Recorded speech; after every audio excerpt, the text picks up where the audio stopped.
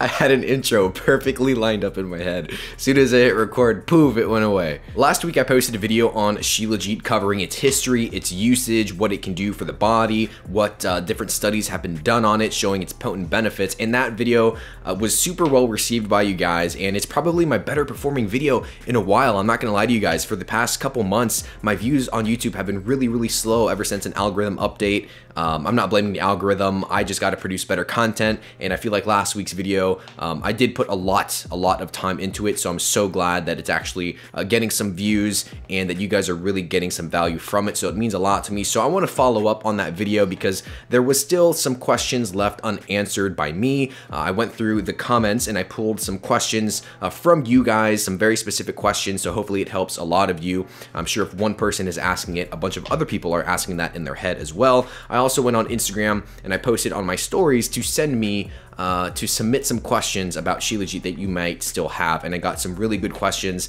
so I'm gonna go ahead and answer those here in this video and give some further context into how to experiment with some of these different things that I'm gonna talk about. So without further ado, let's get right into the Shilajit video.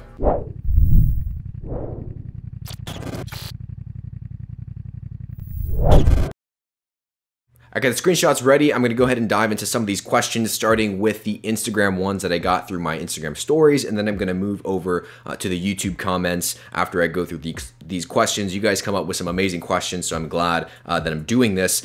First question, these are in no particular order. When brands say organic versus non-organic Shilajit, what does that actually mean? I don't think that actually means much, to be honest, because where they're sourcing Shilajit from, I mean, you can find it in America, even in the Rocky Mountains, you can find it in Siberian mountains, in the Himalayas. There's different places where you can source Shilajit, and it's always in really high altitude ranges at the top of these mountains, and I don't think an organic or a non-organic Shilajit product means anything. It's all very organic and just straight from Mother Nature with pretty much untouched soil. I mean, this was stuff compressed over thousands, even millions of years. I don't think it's anything to worry about. You don't have to be, drawn into the organic Shilajit marketing, because that is just that there's no need for it. It's not necessary. Same person asks, where can we find more reputable research on Shilajit? Great question. I highly suggest you all do some further reading into it. Don't just take my word for it, even though I have backup for what I'm saying. I want you to go look at the backup and do your own research. Go to last week's video, look in the description.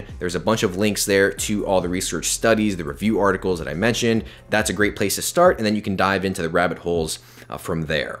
So next question that I got a bunch, probably my most submitted question is dosage. How much do I take? And then I'm going to also talk about when to take it, should you cycle it, anything like that. So when asking what dosage should I take? How much of this supplement, whatever it is, should I take? What I like to do is I like to look at the studies showing, the well-done studies showing some benefits from this. My dog's barking.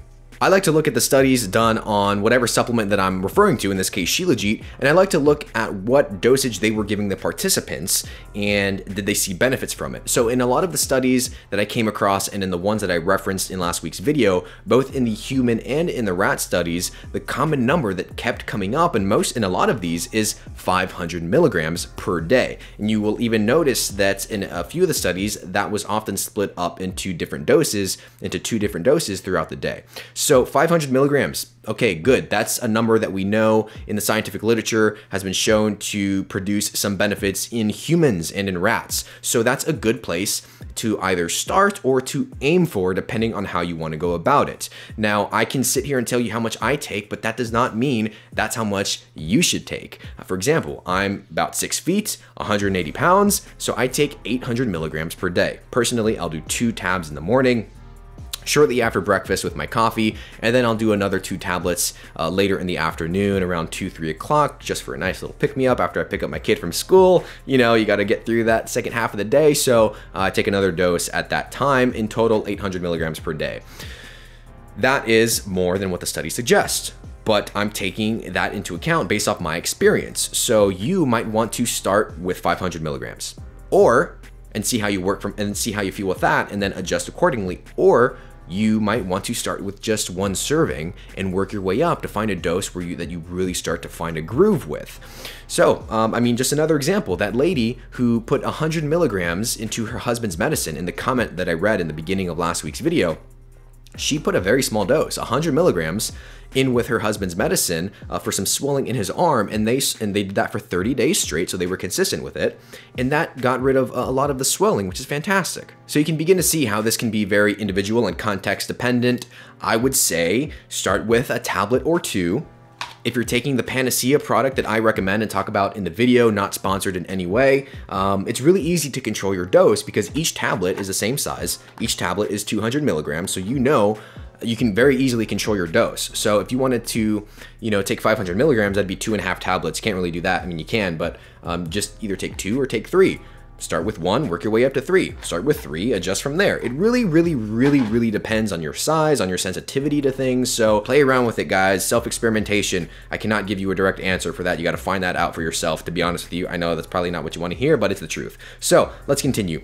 Should we cycle it? I do cycle most things, just because I feel like I should, to be honest with you. I talked about this in the podcast that I was on recently called Your Ideal Day, where every once in a while, every few months or whatever, I'll stop taking everything. I'll stop buying the super high quality food, and I'll just go very bare bones just to make sure that my baseline is good and to remind myself that I don't need these things to live and to, function pretty good. So I do personally cycle all my supplements every couple of months or so. That's up to you. If you feel like you should start cycling it, go ahead. But there's no actual hard reason that we know of yet that says that you should cycle it because it makes you deficient in this or deficient in that. We don't know anything like that yet. Nothing has come up, so I don't think that there's a need for that in all of the review articles looking at the safety or potential risks. Nothing like that came up, so I don't think there's a need to, but I do every once in a while just because I just like to cycle things out of my life and then bring them back in. It kind of gives me a little bit more appreciation for them and reminds myself that I don't need a lot of these things that I like to use, right? Shilajit studies in animals. Can my dog take it and receive benefits from it? Great question. I have no idea.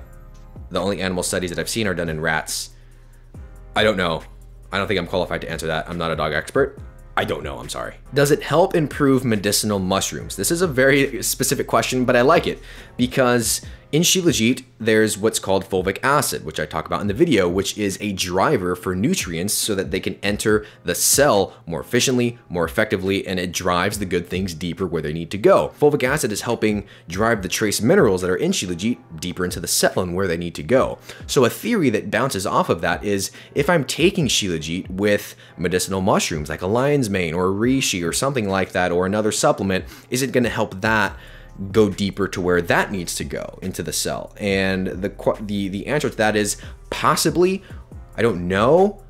Based off the research, that theory is pretty likely, but I do like to take it with caffeine because I feel that caffeine, coffee, just black coffee, and Shilajit, not mixed together, that's fucking gross, is a really nice, beautiful combination that gives you an amazing lift to the start of the day. And I do often put medicinal mushrooms in there as well. And I feel like it's just a really nice synergistic effect. So I can't give you a hard answer that it helps drive other things deeper where they need to go.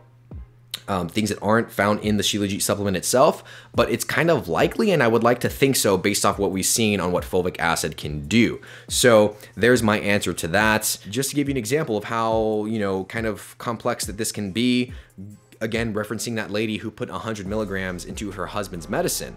He had a very swollen arm, lymphedema he had in his arm, years of compression sleeves. She added just, like I said, 100 milligrams to his medicine. She didn't replace his medicine with Shilajit, she just added it to it. And that helped a lot with the swelling and finally went down. So the question is, what helped? Just the fact that Shilajit was introduced? And was it just Shilajit in itself?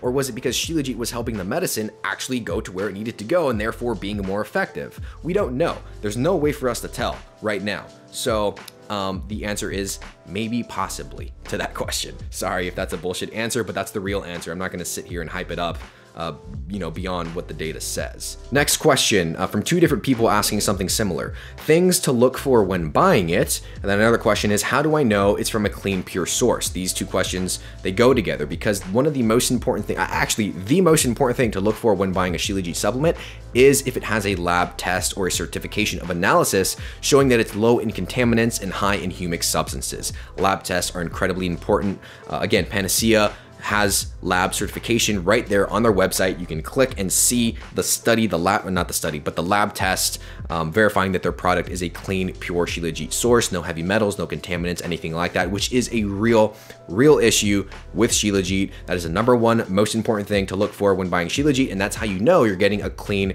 pure source of Shilajit is via a lab test, a third-party lab analysis. #1 most important. Next question, does it help with weight loss? Possibly.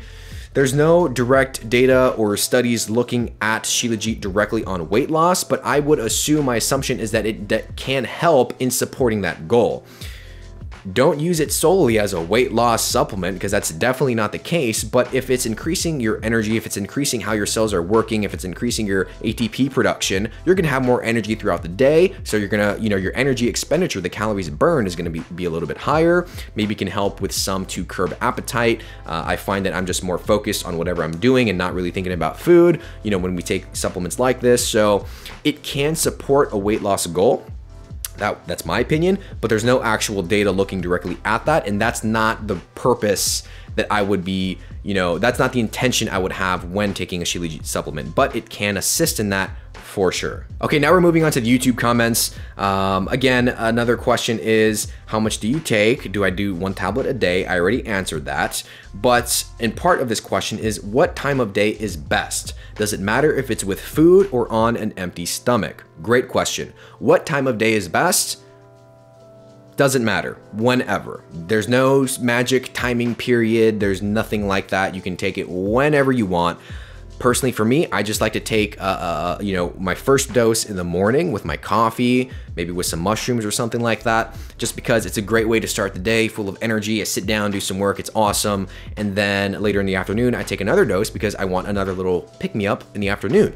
So timing of day, doesn't matter. Take it whenever you like, whenever is convenient for you. Doesn't matter if it's with food or on an empty stomach. So this question came up a lot as well. In a fed state or a fasted state, that you got to play around a little bit with that. In a lot of the studies, though, do note that they did give the participants the Shilajit dosages, in a lot of them, after meals. So I think it would be best to take Shilajit not really in a fasted state, but shortly after having a meal, maybe 30 minutes, within 30 minutes, within 45 minutes maybe. That's what I like to do, and I feel that works really, really good for me. I did used to take these tablets on an empty stomach when I first got it, on a straight, just not relatively empty, but a completely empty stomach. And you get an amazing boost of energy from it, but I feel like it's a little too much. I like the smoother, balanced feel of taking it shortly after a meal. That's what a lot of the studies did as well. It might help with absorption, so I would do that. I would do it relatively shortly after eating a meal, is what I'm trying to say. Hi, Steven. I'm currently taking vitamins B12, A, D3, magnesium, blah, blah, blah. If I decide to take Panacea, should I add it to my vitamin stack or should I take it as a standalone? Great question. You're not gonna like my answer. It depends. You can take it with other supplements, sure, absolutely. See how you feel with that. If you feel like it's a little, whoa, it's a little too much, then take it standalone. I think the real answer that you're probably looking for is, it doesn't matter. Whatever you want, whatever is most convenient for you. If you are just used to taking all your supplements at once during the day, then throw it into the stack so you don't have to, change your lifestyle with your supplement regimen or anything. Just, whatever. It doesn't matter. It really doesn't matter. Take it with supplements, take it without, standalone, doesn't matter. Have some fun with it. See what you feel to work best there. Steven, on days you don't take it, do you feel any negative effects? Feeling down, brain fog, or other withdrawal effects? I understand this doesn't create addictions, but you get what I'm trying to understand. Great question, Kikol? I think I'm pronouncing that right. So when I cycle off of Shilajit, there's no withdrawal effects. There's no lethargicism. I'm not lethargic. I'm not tired. It's not like it's fucking me up when I don't take it or anything like that. I don't get super dependent on it. There was a period of 3 months where I went without Shilajit last year, just because I ran out and I was like, I'm gonna cycle off of it, and I just stopped buying it for a little bit. And no, there's no withdrawal effects or anything like that. But when I introduced it back into my life, that first day having it back after 3 months was like, whoa, this is amazing, and it was great. So it's something that I miss when I don't have it into my regimen, but it's not like it's creating any dependency or anything like that. And that's it. That's all the questions. So I'm pretty sure I covered all of them. Dosage, timing, a lot of this stuff is super contextual and individual, and you got to play around with it, but I hope I gave you enough information to kind of go based off of you know, what we know in the literature, so that you can experiment and kind of make your own decisions and kind of feel it out and find a protocol, a regimen that works well for you. Guys, Panacea rocks. Shilajit in period rocks. If you want to pick this up, so many of you did, which is awesome. Links in the description. I do have a discount code, so you get to save some cash. I think it makes it like 34 bucks a box for 30 grams of Shilajit resin, which is insane. Thank you guys so much for watching. I'm gonna catch you in next week's video. I love you. Have a great one.